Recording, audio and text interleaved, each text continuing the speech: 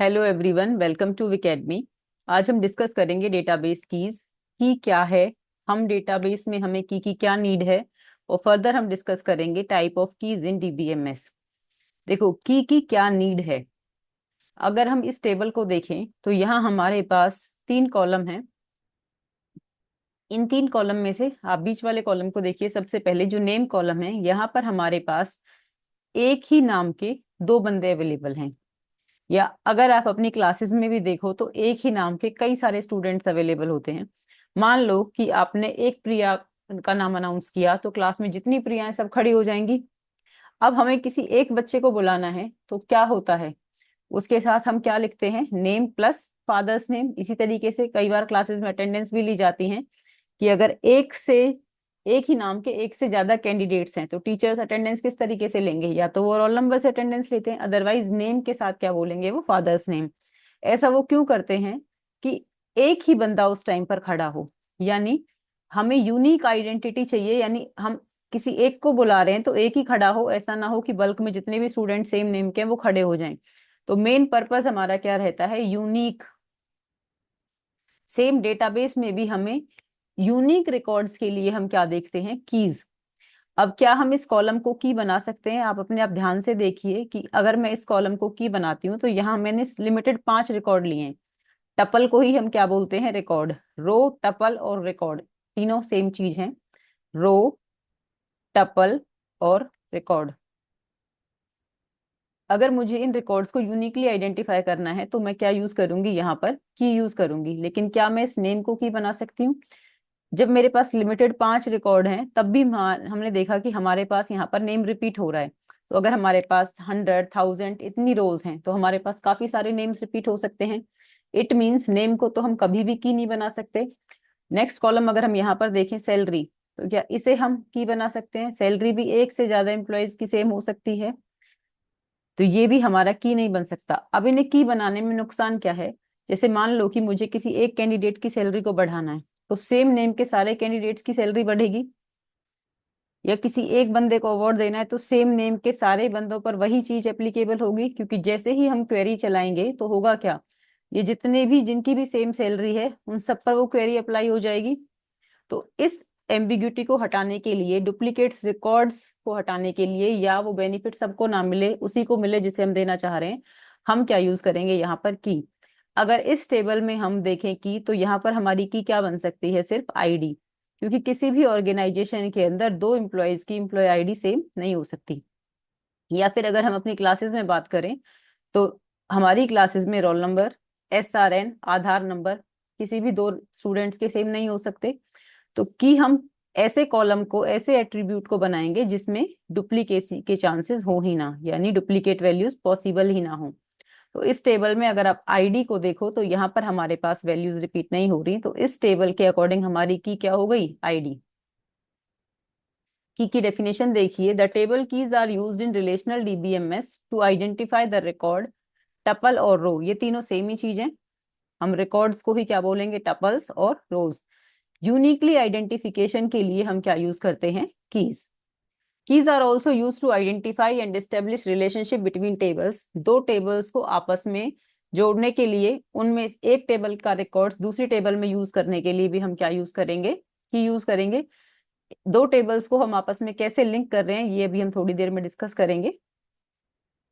अब यहाँ पर हम देखेंगे कि हमारे पास एक टेबल के अंदर एक से ज्यादा कीज भी पॉसिबल हो सकती हैं। यहाँ देखिए हमारे पास टाइप ऑफ कीज हैं, प्राइमरी की, कैंडिडेट की, ऑल्टरनेट की, सुपर की और फॉरेन की। अब कौन कौन से एट्रीब्यूट्स हम सिलेक्ट करेंगे उसके बेसिस पर हमारी कीज के में थोड़ा थोड़ा चेंजेस आएगा। अभी हमें कीज का एक बार ये टेबल देखते हैं। इस टेबल की अगर मैं बात करूं तो यहाँ पर आप देखिए, इस टेबल से हमारे पास तीन कॉलम ऐसे हैं जिन्हें हम की बना सकते हैं। रोल नंबर, डेफिनेटली ये तो सबने देखा भी है अपनी क्लासेस में कि बिल्कुल यूनिक होता है। SRN, ये भी हम, हर स्टूडेंट का यूनिक होता है। और आधार नंबर, ये भी हर स्टूडेंट का यूनिक ही है। इस टेबल में अगर हम देखें तो यहाँ पर हमारे पास नेम के अंदर डुप्लीकेसी है, दो प्रिया हैं हमारे पास यहाँ पर। और फादर्स नेम में अगर हम देखें तो यहाँ पर हमारे पास दो बंदे हैं जिनका सेम नेम है श्याम। यानी इस टेबल में ना तो हमारे पास नेम को हम की बना सकते हैं और ना ही हम फादर्स नेम को की बना सकते हैं। लेकिन अगर आप ध्यान से देखो तो नेम प्लस फादर्स नेम को हम यहाँ पर की बना सकते हैं। अगर हम नेम और फादर्स नेम को इकट्ठा जोड़ दें तो हमारी डुप्लीकेसी यहाँ से खत्म हो जाती है। अगर आप यहाँ पर देखो तो फर्स्ट में आ रहा है हमारे पास Priya daughter of Ram, Diya daughter of Shyam, Priya daughter of Prem और करण सन ऑफ श्याम। अब यहाँ देखो ये चारों रिकॉर्ड्स अलग अलग हो गए। It means name plus father's name यानी दो कॉलम को हम अगर जोड़ें, दो एट्रीब्यूट्स को अगर हम जोड़ें तो ये भी हमारा क्या है, एक की है। तो इस टेबल के अंदर हमारे पास 5 कॉलम है और हमारे पास की कितनी पॉसिबल है, रोल नंबर भी की है, SRN अलग से की है, आधार नंबर भी की है और नेम प्लस फादर्स नेम भी हमारे पास यहाँ पर की बन सकता है। अब हमें किसको प्राइमरी की बनाना है, किसको कौन सी कैंडिडेट्स की हैं, क्या हमारी ऑल्टरनेट कीज रहेंगी, अब हमें ये डिस्कस करना है। उससे पहले हम ये देखते हैं कि ऐसे भी पॉसिबिलिटी है कि हमारे पास सिंगल एट्रीब्यूट की बने ही ना। उस केस में हम क्या करेंगे, जैसे इस टेबल में अब आप देखो, पिछली टेबल में आपने देखा कि हमारे पास 4 की पॉसिबल हो रही थी, लेकिन इस टेबल में सिंगल एट्रीब्यूट से एक भी की पॉसिबल नहीं है। यहां देखो ध्यान से, नेम रिपीटेशन है और नेम तो हम कभी भी की बना ही नहीं सकते क्योंकि 99% रिपीटेशन के चांसेस होते ही हैं। अगर आप फोन नंबर देखो तो दो कैंडिडेट्स हैं जिनके फोन नंबर भी सेम है, हो सकता है सेम घर से बिलोंग करते हो। कोर्स, यहाँ पर कोर्स भी रिपीट हो रहे हैं, ये दो CS सेम है और दो यहाँ पर IT सेम है। फादर्स नेम भी अगर आप यहाँ पर देखो तो ये दोनों बंदे के सेम नाम है। तो इस केस में हम अब की क्या बनाएंगे, तो यहाँ पर सिंगल एट्रीब्यूट की पॉसिबल ही नहीं है, तो यहाँ पर हमारी जो की रहेगी वो क्या रहेगी, नेम प्लस फादर्स नेम, या नेम प्लस हम फोन नंबर कर सकते हैं, या नेम प्लस कोर्स कर सकते हैं। तो इस तरीके से कॉम्बिनेशन ऑफ एट्रीब्यूट से हम क्या बनाएंगे, की। जब हमारे पास सिंगल एट्रीब्यूट से की बनना पॉसिबल नहीं है तो हम कॉम्बिनेशन ऑफ एट्रीब्यूट्स को भी कर सकते हैं। और हमें टेबल के लिए की तो चाहिए ही, अगर हम डेटाबेस में कुछ भी रिकॉर्ड यूज करना चाहते हैं तो की यूज करना तो हमारे लिए मैंडेटरी ही है। अब देखिए, जो हमने इतनी सारी कीज पढ़ी उनमें से किसी एक की को हम क्या बनाते हैं, प्राइमरी की। अभी जैसे पिछली टेबल में हमने देखा कि हमारे पास एक से ज्यादा कीज अवेलेबल थी, यहाँ हमारे पास 4 कॉम्बिनेशन ऐसे हैं जिन्हें हम की बना सकते हैं। तो इनमें से किसी एक को हम क्या बनाते हैं, प्राइमरी की। अब प्राइमरी की बनाते टाइम हमें कुछ बातें ध्यान में रखनी होंगी। One can be chosen as a primary key out of multiple candidates key. जितनी की हमने बनाई वो सभी हमारी कैंडिडेट की थी, इनमें से किसी एक को हम क्या सिलेक्ट करेंगे, प्राइमरी की। यहाँ पर जो ध्यान रखना है वो ये है कि प्राइमरी की के अंदर कभी भी नल वैल्यू नहीं आ सकती। दूसरी चीज, इसके अंदर कभी भी डुप्लीकेट वैल्यू नहीं आएगी। तो इसके लिए सबसे जो बेस्ट था वो क्या था, हमारे पास रोल नंबर। रोल नंबर कभी भी नल नहीं हो सकता, या हम अगर कहें एम्प्लॉय ID तो वो कभी भी नल नहीं हो सकती। किसी कंपनी के अंदर ऐसा कोई बंदा एग्जिस्ट ही नहीं करेगा कि जिसकी ID ना हो, या किसी क्लास के अंदर ऐसा कोई स्टूडेंट नहीं होता जिसका रोल नंबर ना हो। कोई नया स्टूडेंट भी आता है तो हम उसे लास्ट का जो रोल नंबर होता है उससे नेक्स्ट असाइन कर देते हैं। तो प्राइमरी के अंदर जो मेन दो चीजें हैं वो क्या हैं, एक तो ये कभी भी नल ना हो और दूसरा ये डुप्लीकेट रिकॉर्ड्स को शो ना करे। अब इसकी डेफिनेशन देखिए एक बार, the primary key is an attribute और a set of attributes which is used to uniquely identify the tuple, record और रो। प्राइमरी की क्या है, जो रिकॉर्ड्स को यूनिकली आइडेंटिफाई करने के लिए यूज होगी in the relational table. One can be chosen as a primary key out of several candidate key में से हमने किसी एक को प्राइमरी की बनाना है। अ table can have only one primary की, ये भी ध्यान रखने वाली बात है, हर टेबल के अंदर सिर्फ एक ही प्राइमरी की होगी, एक से ज्यादा प्राइमरी की नहीं हो सकती। ये बहुत बार मल्टीपल चॉइस में पूछा जा सकता है कि प्राइमरी की एक टेबल के अंदर कितनी हो सकती है। अभी आपने देखा हमारे पास बहुत सारी कीज अवेलेबल थी, लेकिन उनमें से हम किसी एक को ही प्राइमरी की बना सकते हैं। It identifies only one tuple at a time, एक बार में ये एक ही रिकॉर्ड को आइडेंटिफाई करेगी। जैसे हमने रोल नंबर 1 तो एक ही स्टूडेंट खड़ा होगा, रोल नंबर 2 अगला कोई एक स्टूडेंट खड़ा होगा। It does not permit null values, इसके अंदर नल वैल्यूज नहीं आ सकती, या फिर डुप्लीकेट वैल्यूज भी इसमें नहीं आएंगी। अब यहाँ पर क्वेश्चन उठता है कि सिर्फ रोल नंबर ही क्यों, एसआरएन के अंदर भी ना तो डुप्लीकेसी थी, ना नल वैल्यूज हैं, और एसआरएन से भी हम एक ही बार में एक ही रिकॉर्ड को आइडेंटिफाई करेंगे। तीसरी चीज आधार नंबर भी, इससे भी क्या होगा, ना तो इसके अंदर नल वैल्यूज आएंगी, ना इसमें डुप्लीकेट वैल्यूज आएंगी, और इससे भी हम एक बार में एक ही रिकॉर्ड को यूनिकली आइडेंटिफाई कर सकते हैं। देखिए, प्राइमरी की सिर्फ डेटाबेस एडमिनिस्ट्रेटर के हाथ में होता है, ये तीनों ही प्राइमरी की बन सकती हैं, लेकिन इन तीनों में से जो बेस्ट सूटेड डीबीए को लगेगा, डेटाबेस एडमिनिस्ट्रेटर को, वो उसे एज अ प्राइमरी की बना देगा। अब हम देखेंगे कैंडिडेट की डेफिनेशन। कैंडिडेट की क्या है? Every table must have at least single candidate की। हर टेबल के अंदर एक कैंडिडेट की तो कम से कम होगी ही। अगर किसी टेबल के अंदर एक ही कैंडिडेट की है तो वही उसकी क्या होगी, प्राइमरी की भी होगी। Every table must have at least single candidate key. There can be more than one candidate key in a relationship. एक टेबल में एक से ज्यादा कैंडिडेट कीज हो सकती हैं, जो भी हमने देखा भी था, रोल नंबर भी, एसआरएन नंबर भी, और क्या था हमारा, आधार नंबर भी था, और नेम प्लस फादर्स नेम, ये भी हमारा क्या था, नेम और फादर्स नेम, ये भी हमारा कैंडिडेट की था। वो चारों जो हमने देखे वो सभी की सभी कैंडिडेट की थी। उन चार में से किसी एक को प्राइमरी की बनाया जाता है जो डीबीए के हाथ में है। The value of a candidate key is unique and may be null for a tuple. ये अभी हम डिस्कस करेंगे कि ये नल कैसे हो सकता है। It must contain unique values. Candidate key के अंदर भी हमेशा यूनिक वैल्यूज आएंगी, but it can contain null values. जो मैंने अभी कहा कि ये स्ट्रिक्टली डीबीए के हाथ में है कि वो किसको प्राइमरी की बनाएगा, और बाकी की क्यों सिर्फ कैंडिडेट की रह जाती हैं, उन्हें वो प्राइमरी की तरह सिलेक्ट क्यों नहीं करता, क्योंकि वहां चांसेस होते हैं नल वैल्यूज आने के। अब आप इसी टेबल के अंदर दोबारा देखिए, मान लो किसी स्टूडेंट ने एडमिशन लिया, एडमिशन के टाइम पर ही जैसे वो क्लास में फर्स्ट दे गया, उसे रोल नंबर तो असाइन कर दिया, लेकिन कई बार स्टूडेंट्स क्या कह देते हैं कि उन्हें उनका एसआरएन याद नहीं है, तो ये टेबल रह गया उस टाइम ब्लैंक। स्टूडेंट्स अगर अपना टाइम पर आधार नंबर भी सबमिट ना करें तो ये कॉलम भी हमारा ब्लैंक रह गया। तो ये कब तक ब्लैंक रहेंगे, कब तक नल रहेंगे, जब तक वो बच्चा अपना आधार नंबर जमा नहीं कराता। तो इस केसेस में ये कैंडिडेट की के अंदर क्या होगा, हम उस कॉलम को क्या छोड़ देंगे, खाली छोड़ देंगे। जब भी तुम्हारा रिकॉर्ड ऑनलाइन चढ़ाया जाएगा तो होता क्या है, तुम्हारा नेम, फादर्स नेम, जितनी चीजें अवेलेबल हैं वो हमने डाल दी, लेकिन जो चीजें हमें उस टाइम नहीं मिली उन कॉलम्स को हम क्या छोड़ देंगे, खाली छोड़ देंगे। वो फील्ड्स हमारी खाली रहेंगी। इट मीन्स इन कॉलम के अंदर हम नल वैल्यूज को अलाउड कर रहे हैं। तो प्राइमरी की का सिलेक्शन करते हुए हमें ध्यान रखना है कि कौन सी वैल्यूज नल भी हो सकती हैं। तो वो सारी हमारी क्या रहेंगी, कैंडिडेट कीज। जो कि किसी भी टाइम किसी भी कीमत पर नल नहीं होगी, उसे हम क्या बना देते हैं, प्राइमरी की।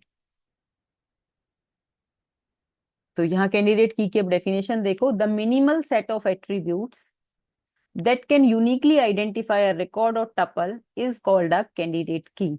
अब बस हमारा जो डिस्कस करना यहाँ पर रह गया वो है मिनिमल सेट ऑफ एट्रीब्यूट। ये भी हम डिस्कस करेंगे कि मिनिमल सेट ऑफ एट्रीब्यूट्स क्यों बोला है। बाकी सब कुछ हम कर चुके हैं। देखो, the minimal set of attributes that uniquely identify, की है तो यूनिकली आइडेंटिफाई करेगा ही करेगा, चाहे कोई भी की हो, रिकॉर्ड्स यूनिकली आइडेंटिफाई होंगे ही होंगे। That can uniquely identify a record or tuple is called a candidate key. Attributes that form the candidate key cannot be further reduced. जो attributes candidate की बना रहे हैं उन्हें हम फर्दर ब्रेक नहीं कर सकते। अब यहाँ पर देखिए, जो हमने की के 4 सेट बनाए, यहाँ पर हमारे और भी सेट्स पॉसिबल हैं। यानी अगर रोल नंबर की है तो क्या रोल नंबर और हम एसआरएन को जोड़ दें वो की नहीं होगा? की का क्या काम था, रिकॉर्ड्स को यूनिकली आइडेंटिफाई करना। अगर सिर्फ रोल नंबर से रिकॉर्ड्स यूनिकली आइडेंटिफाई हो रहे हैं तो रोल नंबर प्लस एसआरएन से तो और भी यूनिकली आइडेंटिफाई होंगे, मतलब रिकॉर्ड तो हमें यूनिक ही मिलेगा। रोल नंबर के साथ हम आधार नंबर जोड़ दें तो भी हमें रिकॉर्ड यूनिक ही मिलेगा। तो इस तरीके की बहुत सारे कॉम्बिनेशन हमारे पास बन सकते हैं। क्या वो सभी हमारे कैंडिडेट की होंगे? अब हमें ये डिस्कस करना है। तो कैंडिडेट की डेफिनेशन के अकॉर्डिंग क्या है, मिनिमल सेट ऑफ एट्रीब्यूट्स। अगर हम रोल नंबर प्लस आधार नंबर को जोड़ दें या रोल नंबर प्लस एसआरएन को जोड़ें तो भी हमारे रिकॉर्ड तो यूनिकली आइडेंटिफाई हो रहे हैं। और हमने अभी बताया भी था कि रोल नंबर कैंडिडेट की है, एसआरएन भी हमारे पास कैंडिडेट की है, और आधार नंबर भी हमारे पास की है, और नेम प्लस फादर्स नेम भी की है। अगर नेम प्लस फादर्स नेम की हो सकता है, तो रोल नंबर प्लस आधार नंबर की क्यों नहीं होगा? की मतलब यहाँ हम डिस्कस कर रहे हैं कैंडिडेट की, क्योंकि अगर हम दो कॉलम ले सकते हैं, जैसे हमने नेम और फादर्स नेम लिया, तो हम रोल नंबर प्लस आधार नंबर क्यों नहीं ले सकते? देखो, कैंडिडेट की क्या कहती है हमारी, कि मिनिमल सेट ऑफ एट्रीब्यूट्स होना चाहिए। यहाँ पर इस मिनिमल का क्या मतलब है, कि अगर हम इसका को डिवाइड करें, ब्रेक करें, एट्रीब्यूट्स को तोड़ें, तो किसी सिंगल एक एट्रीब्यूट से रिकॉर्ड्स यूनिकली आइडेंटिफाई नहीं होने चाहिए।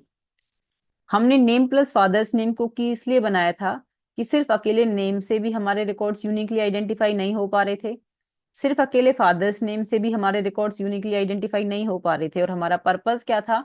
रिकॉर्ड्स को यूनिकली आइडेंटिफाई करना। इसलिए हमने क्या किया, नेम प्लस फादर्स नेम दो फील्ड्स को जोड़ दिया, और इन दोनों से अलग अलग हम रिकॉर्ड्स को यूनिकली आइडेंटिफाई नहीं कर पा रहे थे, तो नेम प्लस फादर्स नेम एक मिनिमल सेट बना, कि इससे कम से तो रिकॉर्ड्स यूनिकली आइडेंटिफाई होंगे ही नहीं। अब आते हैं रोल नंबर प्लस आधार नंबर पर। क्या सिर्फ रोल नंबर से हम रिकॉर्ड्स को यूनिकली आइडेंटिफाई नहीं कर पा रहे थे? डेफिनेटली कर पा रहे थे। सिर्फ आधार नंबर से भी हम रिकॉर्ड्स को यूनिकली आइडेंटिफाई कर पा रहे थे। तो इन दोनों को जोड़ने की नीड क्या है? इसीलिए हम यहाँ पर बोलते हैं मिनिमल सेट ऑफ एट्रीब्यूट्स, जिसे फर्दर ब्रेक ना किया जा सके। अगर हम उसे फर्दर ब्रेक करके भी रिकॉर्ड्स को यूनिकली आइडेंटिफाई कर पा रहे हैं, तो फिर ये कॉम्बिनेशन कैंडिडेट की नहीं होगा। और अगर हम ऐसे करें कि रोल नंबर प्लस नेम, तो ये भी की कैंडिडेट की नहीं होगा, क्योंकि सिर्फ रोल नंबर से हमें सारे रिकॉर्ड्स यूनिकली आइडेंटिफाई हो पा रहे हैं। तो कैंडिडेट की के लिए हमें ध्यान रखना है कि सेट ऑफ एट्रीब्यूट्स मिनिमल हो, या तो सिंगल एट्रीब्यूट ही हो। लेकिन अगर किसी टेबल के अंदर ऐसा है कि सिंगल एट्रीब्यूट नहीं बन पा रहा है, तो हम कॉम्बिनेशन ऑफ एट्रीब्यूट्स लेंगे, बट फिर किसी सिंगल एट्रीब्यूट से रिकॉर्ड्स यूनिकली आइडेंटिफाई ना हो। तो इस टेबल में हमारे पास कैंडिडेट कीज कितनी हैं? रोल नंबर, SRN, आधार नंबर, और नेम प्लस फादर्स नेम। इस टेबल के लिए हमारे पास कितनी कैंडिडेट्स की रहेंगी? हमारे पास 4 की कैंडिडेट की हैं। देखो, name plus father's name, roll number, SRN, और आधार नंबर, ये 4 हमारी हो गई कैंडिडेट की। इनमें से किसी एक को हमें बनाना है प्राइमरी की। यहाँ हमने मान लो रोल नंबर को बना दिया प्राइमरी की। प्राइमरी की को हम डिनोट करते हैं, उसके नीचे हम अंडरलाइन लगा देते हैं। तो इस टेबल में ये हमारी क्या हो गई? प्राइमरी की। SRN हमारा कैंडिडेट की है, आधार नंबर भी हमारा कैंडिडेट की है, और नेम प्लस फादर्स नेम इकट्ठा मिलके भी हमारा क्या है? कैंडिडेट की है। अब जो 3 की हमारी बच गई, इन तीनों को हम क्या बोलेंगे? सेकेंडरी कीज या फिर ऑल्टरनेट कीज। कैंडिडेट की, वो सारी कैंडिडेट्स की जो प्राइमरी की नहीं बन पाई, वो सारी हमारी क्या होंगी? Alternate keys. तो अब हमें नेक्स्ट डेफिनेशन देखनी है, व्हाट इज ऑल्टरनेट की। देखिए, a candidate key that is not selected as the primary key is known as an alternate key. वो कैंडिडेट की जिसे हम प्राइमरी की तरह सिलेक्ट नहीं कर पाए, वो क्या होगी? हमारी candidate key. When multiple candidate keys exist, one is chosen as the primary key. जब हमारे पास काफी सारी कैंडिडेट कीज अवेलेबल हैं, जैसे अभी हमने देखा हमारे पास 4 कीज अवेलेबल थी, one is chosen as primary key, हमने रोल नंबर को प्राइमरी की तरह सेलेक्ट कर लिया। The others become alternate keys या फिर सेकेंडरी की। तो बची हुई कीज क्या रहेंगी हमारी? या तो वो ऑल्टरनेट कीज हैं या फिर वो सेकेंडरी कीज हैं। It provide an alternative unique identifier to identify records uniquely. Alternate key क्या है? एक अल्टरनेटिव यूनिक आइडेंटिफायर है, यानी जैसे हम SRN से भी रिकॉर्ड्स को यूनिकली आइडेंटिफाई कर पा रहे थे, या फिर आधार नंबर से भी कर पा रहे थे। यहाँ एग्जांपल में roll number is a primary key and Aadhaar number is an alternate key. अब अगर आप इस डायग्राम को ध्यान से देखो, तो जो अंदर वाला सर्कल है उसमें कैंडिडेट की बड़े सर्कल के अंदर है, और प्राइमरी की और अल्टरनेट की दो अलग अलग छोटे छोटे पार्ट हैं। यानी ये क्या की है, कि कैंडिडेट की का ही पार्ट है प्राइमरी की, और कैंडिडेट की के ही पार्ट्स हैं अल्टरनेट कीज। यही अभी हमने डेफिनेशन से भी किया, कि जो कैंडिडेट की प्राइमरी की नहीं बन पाई, वो सारी क्या होंगी? हमारी अल्टरनेट कीज। तो दिस, ये डायग्राम हमें क्या दिखा रहा है? इस तरीके से। अब हमारा जो बच गया वो है सुपर की।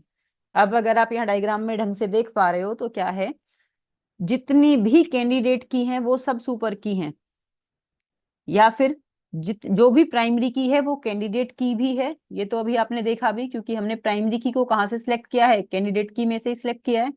तो प्राइमरी की कैंडिडेट की है, लेकिन हर कैंडिडेट की प्राइमरी की नहीं है। ये क्वेश्चन बहुत बार पूछा जाता है स्टेटमेंट में ही। प्राइमरी की इज कैंडिडेट की, but every candidate key is not primary की। यानी जितनी भी कैंडिडेट की हैं वो सारी प्राइमरी की हो ये जरूरी नहीं है, लेकिन प्राइमरी की हमेशा क्या होगी, कैंडिडेट की होगी।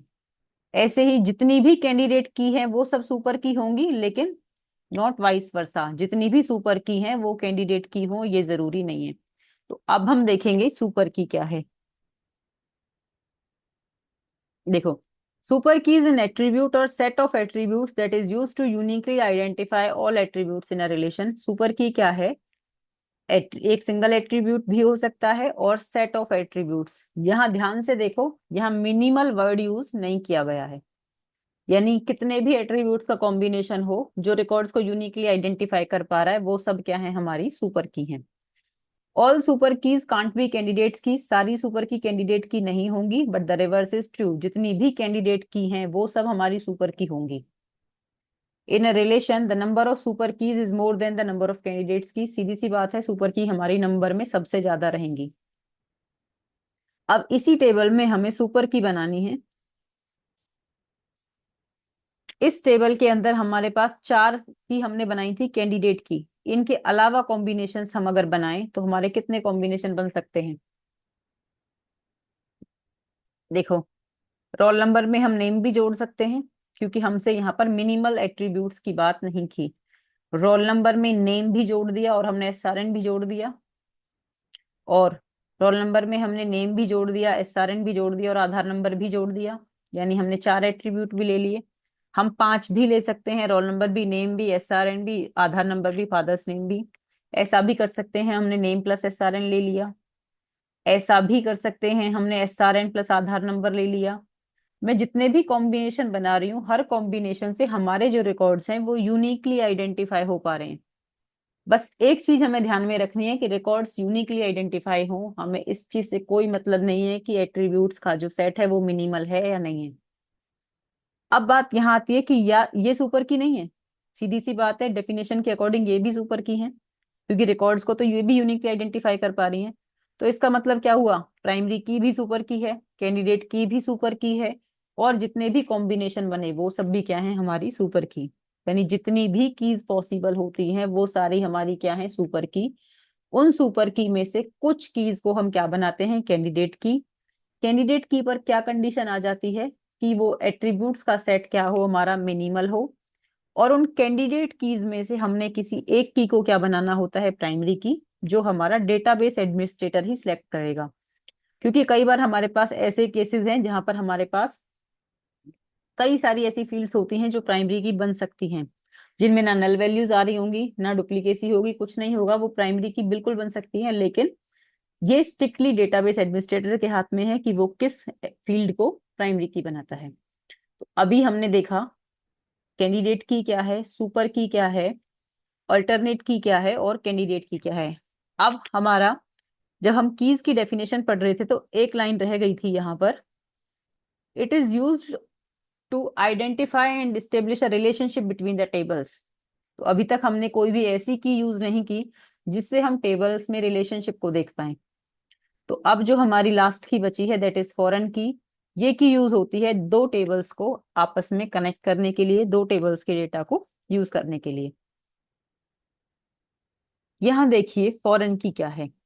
A foreign key is a column or combination of columns in a relational DBMS that establishes a link between data in two tables। दो tables के बीच में डेटा को अगर हमें यूज करना है, या एक टेबल का डेटा हमें दूसरी टेबल में देखना है, उन सब के लिए हम क्या यूज करते हैं, फॉरेन की। A foreign key is a field or a collection of fields in one table that refers to as the primary key in another table। एक टेबल की तो ये प्राइमरी की रहेगी, यही प्राइमरी की दूसरी टेबल के लिए क्या बन जाएगी, फॉरेन की।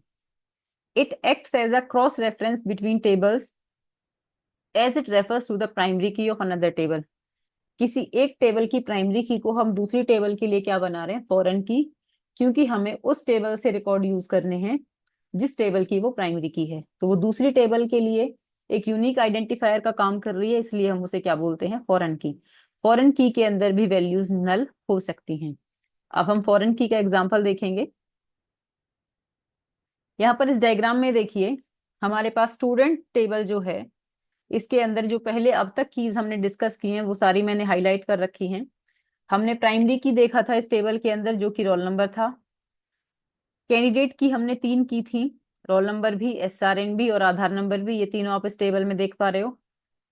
कैंडिडेट की में से हमने एक की को प्राइमरी की बना दिया था, बाकी दोनों हमारी क्या रह गई थी, अल्टरनेट कीज। और जितने भी पॉसिबल कॉम्बिनेशंस बन सकते थे वो सब हमारे क्या थे, सुपर की, बशर्ते वो रिकॉर्ड्स को यूनिकली आइडेंटिफाई करें।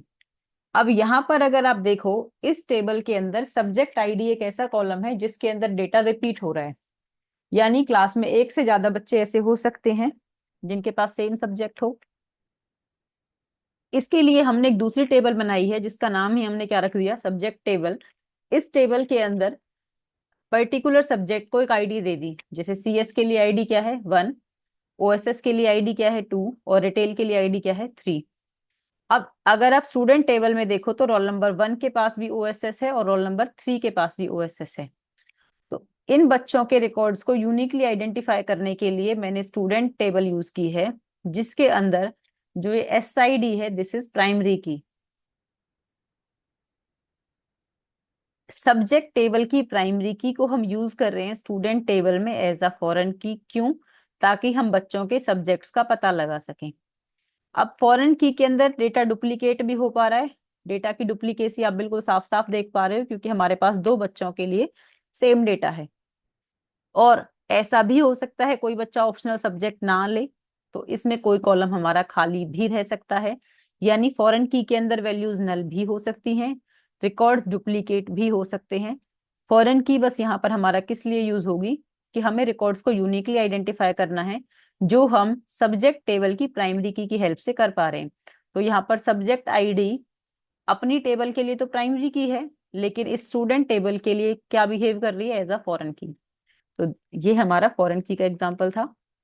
This is all about keys. अगर वीडियो पसंद आई हो तो लाइक करें, शेयर करें, सब्सक्राइब करें। Thank you so much for watching.